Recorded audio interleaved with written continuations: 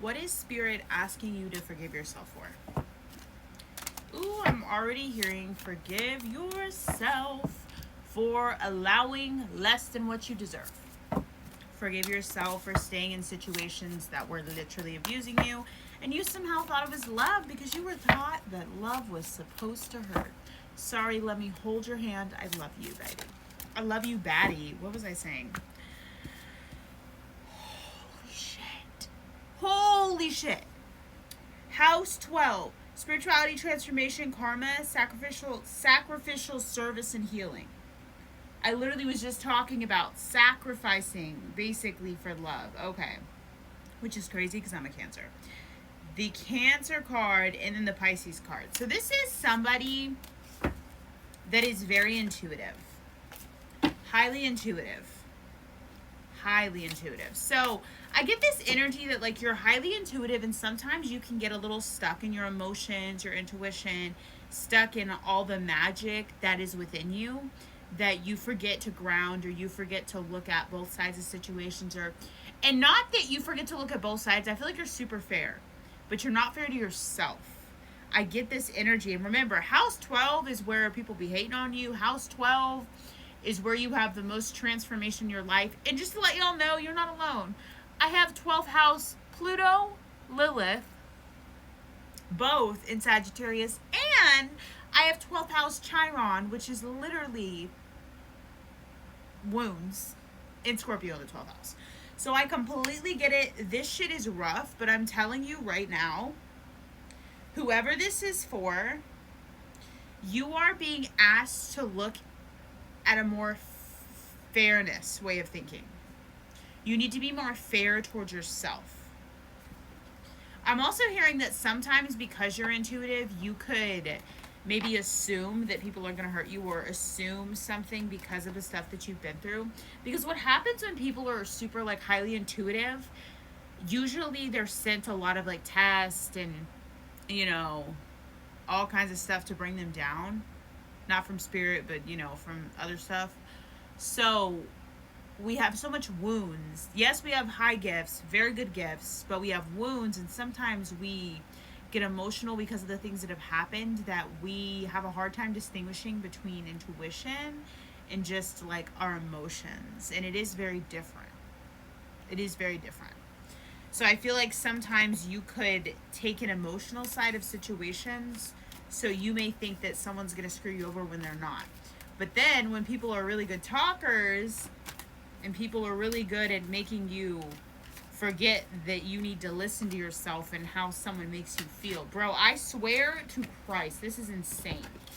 The Ace of Swords and the Five of Swords. I literally just said that. When someone is trying to make you not listen to yourself, you see, and that's the thing. That's why we are emotional creatures. We're highly intuitive. Any Cancer, Pisces, like any of that in your chart, like I'm telling you. So what happens is when we have someone very combative and someone that's very toxic, but they can talk their way, they can charm, we tend to think that's safe. Why? A, we were taught that love is supposed to hurt, so it feels good. It feels very passionate, very high, and when it gets low, you're like, oh, you'll know it'll come back up type shit. But when we get someone that's straight up, honest, blunt, isn't trying to feed their ego, isn't trying to pretend so that they have us stuck, we think that they're shitty or they're boring or they're this or they're that. There's also a message in this about someone that needs to maybe have a different like want, like what they want in relationships. Like you're going for the wrong people. I feel that very strong. Literally Judgment. So this is asking you to really look, A, the company you keep around, but B, mostly is to look at like what drives you, what triggers you. Really look at yourself. This message is really deep, I'm going to be honest, but I feel like you need to understand that like your power is so high and so great, but you need to understand that like you're always going to have that other side where someone's going to try to manipulate, and you need to be so balanced in yourself and so balanced in your emotions / your intuition that you know what is what. Because I think you get in a lot of situations because you don't know the difference. I was kind of chaotic, but okay. So we have Freya, and then we have Sekhmet. I hope I said that right. Rage and sexual energy. So here's the thing. You don't express yourself enough. You don't express yourself enough, and you don't have enough, so to say, sensual energy with yourself. And I don't mean like playing with yourself or anything weird. And not that that's weird, but like, I don't mean that. I just mean like, you need to stand in your power as a feminine. Stand in your power. Stand in your sensuality. Just like do a dance. Like feel your energy. Feel your power. And that comes through your rage. And I know it sounds crazy, but all the things that have happened to you need to be released. Whether that is sensual energy with yourself, whether that's dancing, whether that's singing, you have to release the rage out of your body. Because what's happening is that rage within you is attracting people that have that rage, but they're trying to send more rage towards you because of their insecurities. You need to be in a flow state, which means you need, like I said, grounded and gifts come together. You need to have the spectrums of emotions and feel them, and not like neglect a certain emotion or neglect a certain feeling or neglect you to face a certain thing or a certain problem. Like I feel like we're avoiding things that we shouldn't. And I know this message had a whole lot in it, but long story short, stop holding in anger, stop holding in emotions, stop holding in things just because they talk good to you.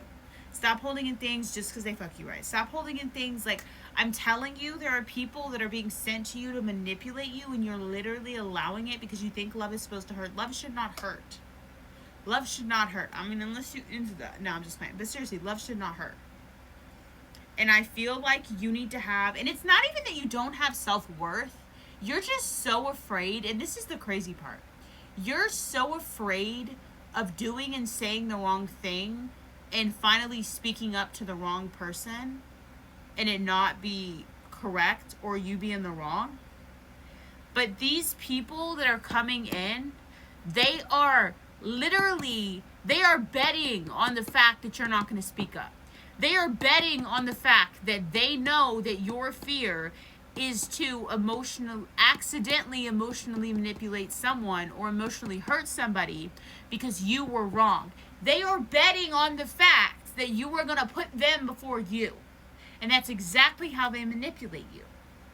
The way to fix that is to break that cycle. I love you.